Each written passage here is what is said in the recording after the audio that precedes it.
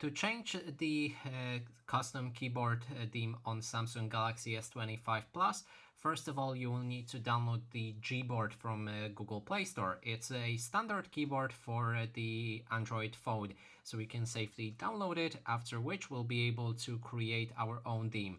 So when you have that keyboard downloaded, move into the settings and enter General Management. From there, select Keyboard List and Default, select the default keyboard and pick a Gboard from that list again. Now when we go back, we can enter our Gboard settings and enter theme. Then click on this plus button, which allows you to switch between different themes. And first of all, you will need to pick a picture that you want to use as a background for your Gboard.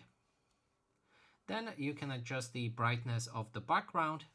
Click on done and your custom keyboard is almost done. You just have to apply it.